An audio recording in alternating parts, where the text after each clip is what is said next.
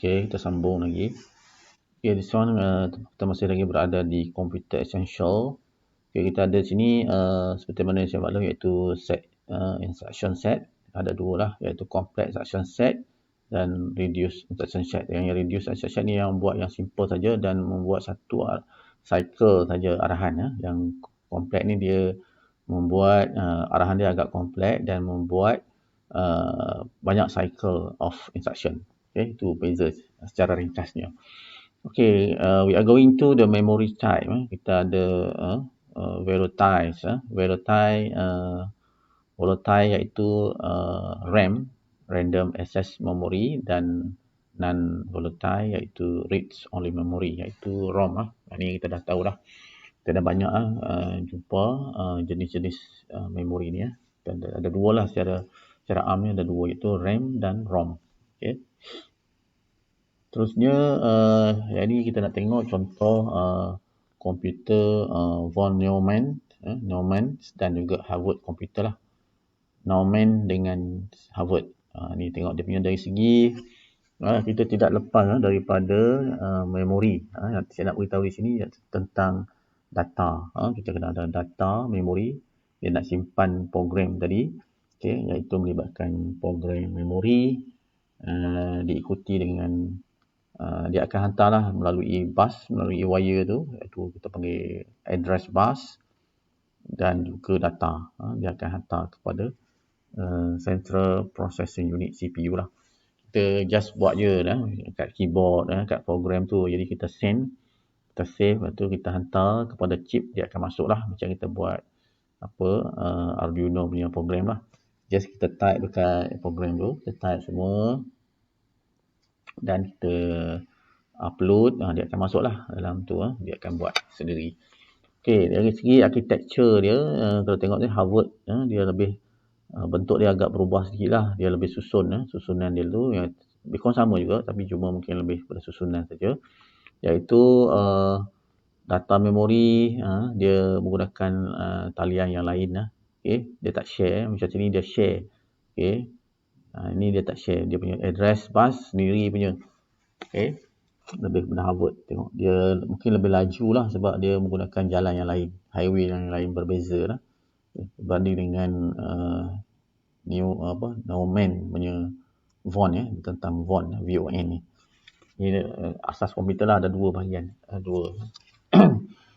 Okay, kalau sini kita tengok ada input, output, dia ada address dia akan connect kepada, dia panggil CPU lah. Okay, jadi ada data memori, dia ada input output, program memori. Jadi data menggunakan address ataupun data yang berlainan, input output pun menggunakan alamat dan juga data yang lain.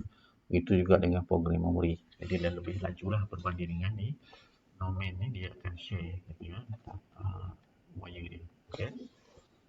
Seterusnya ni adalah versus. Sebelum ni pun kita dah lihat tentang microprocessor versus dengan microcontroller. Kalau ini microprocessor is processor one ataupun on one chip ataupun one silicon chip. Okay, seterusnya itu the microcontroller are used in embedded computing. Dia banyak, controller ni banyak dipasang. Contohnya tadi lah, dipasang kepada peti air, daripada dalam kereta, yang tu dipasang kat rumah, kan. Berbanding dengan microprocessor ni, dia lebih kepada one chip. Okay, the microcontroller is a microprocessor with the added circuitry. Maksudnya dia ada tambahan, liter tambahan. Microcontroller ni adalah satu microprocessor juga, tetapi dia memerlukan satu liter tambahan lah. Okay, ini adalah microcontroller seperti mana yang kita tengok lah. Kalau tengok dia punya architecture dia lebih kepada macam Arduino kita lah. Okay, dia ada program memori, dia ada data memori, lepas tu dia ada microprocessor, chip tu, dia ada reset, interrupt dan sebagainya.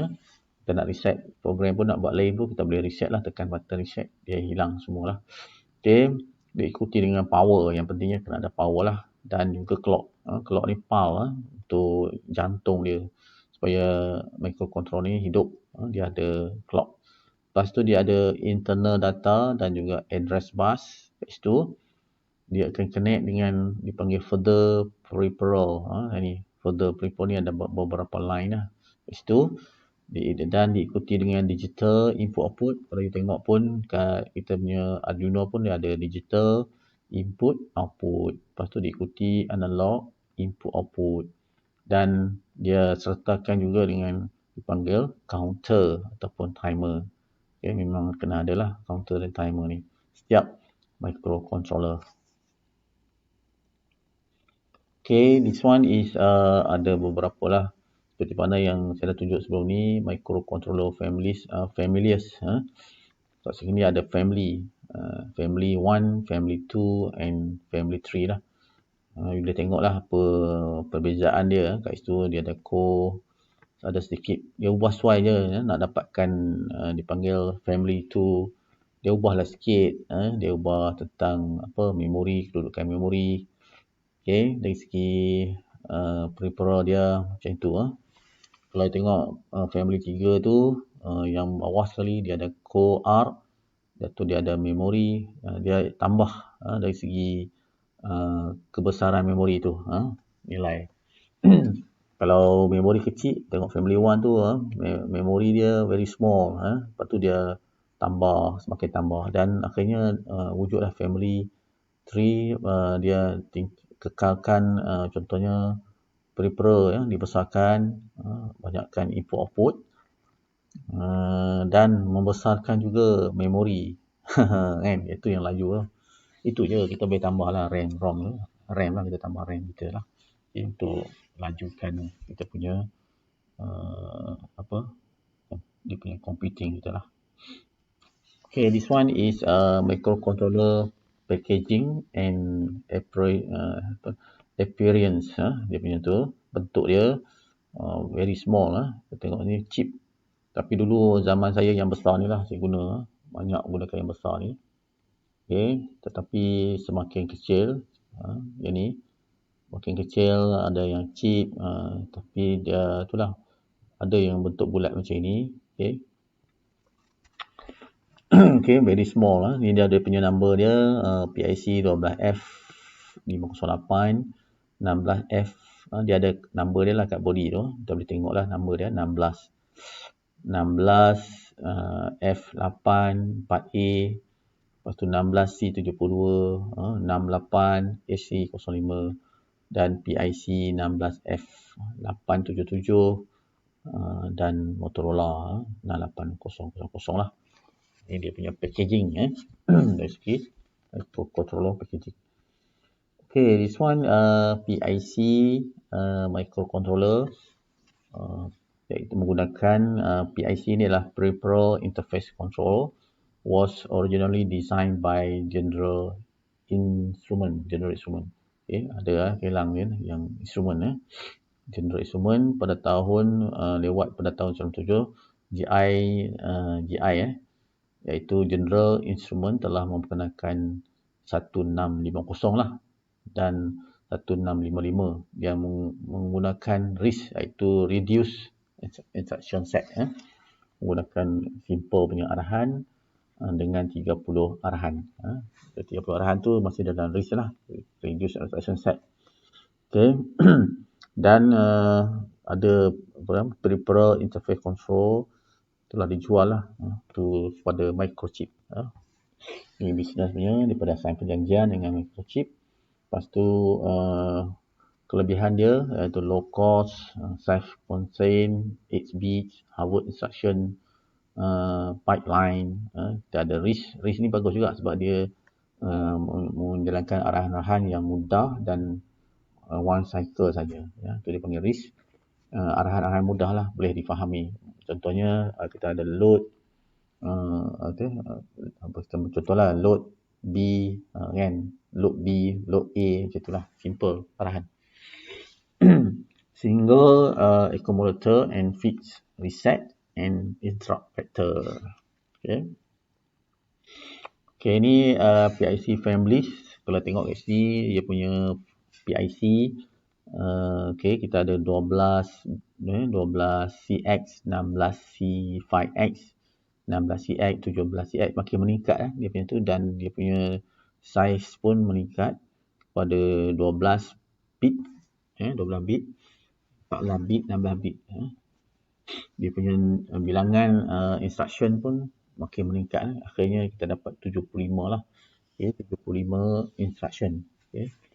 75 instruction.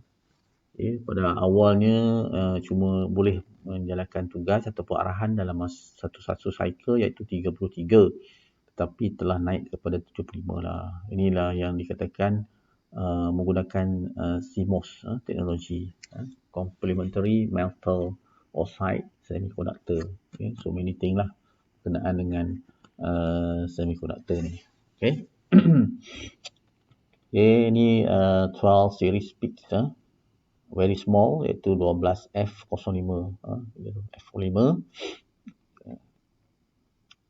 Seterusnya kita ada 12 F508 ataupun 509 pin connection diagram. Jadi kita boleh tengok lah connection dia. Kita ada VDD, power lah ni. Kalau VDD ni power dia. Kita ada clock in, lepas tu kita ada GP, lepas tu kita ada VPP, GP3, lepas tu connect pada DAT, lepas tu ada clock, dan juga GP2. Banyaklah.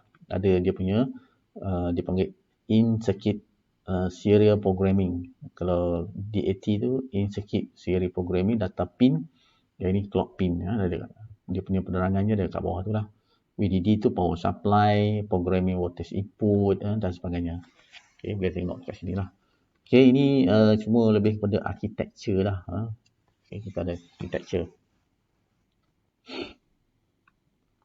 Ini adalah 12 F08 architecture, very complex. Kalau kita tengok kat sini, macam-macam. Kita dah belajar tentang, kita kena tahu semua benda ni. Kalau nak tahu, kita dah dapat, kalau you pergi Intel, kadang-kadang Motorola dan sebagainya kan, kena tahu semua bahagian ni lah. Pertama sekali, you kena tahu apa itu memori, kena tahu program memori, kena tahulah.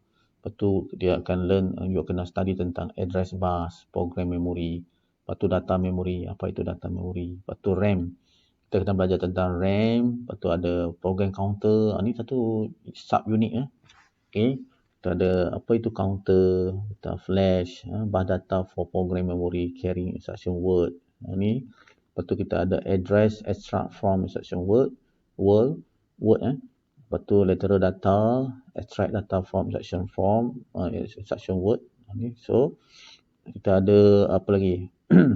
MUX multi, ni lah lebih kepada multi apa ni? Kita panggil apa? Multiplexer lah. MUX. Lepas tu kita ada LAU, Arithmetic Logic Unit.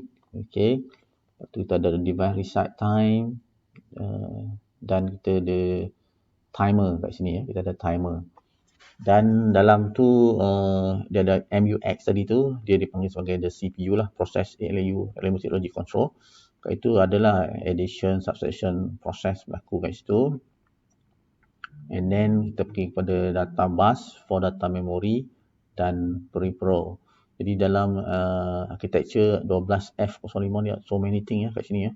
Dia ada combination banyak komponen lain untuk siapkan, tapi di combine dalam satu chip kecil saja. Itulah kecanggihan dia. Kehebatan microcontroller ni memang hebat lah. Saya rasa itu, ini adalah summary dia lah. Summary embedded system product, one or more computer embedded system embedded within which exercise primarily a control function. Dan embedded system computer usually microcontroller, microprocessor added for embedded control application. Dan microcontroller are designed according to exact electronic. Dan kita juga microchip offer a wide range microcontroller. Dan kita ada microchip iaitu 12F08. You boleh tengoklah, boleh baca sendiri lah inilah. Untuk ini saya rasa ini adalah kelas terakhir saya lah. Untuk minggu depan saya akan keluar pergi LI. Jadi saya minta awak semua kena siapkan mini project itu dan hantar pada main guru. Sekian dululah, saya mohon maaf ada kelemahan saya, dan kita jumpa lagi semesta hadapan.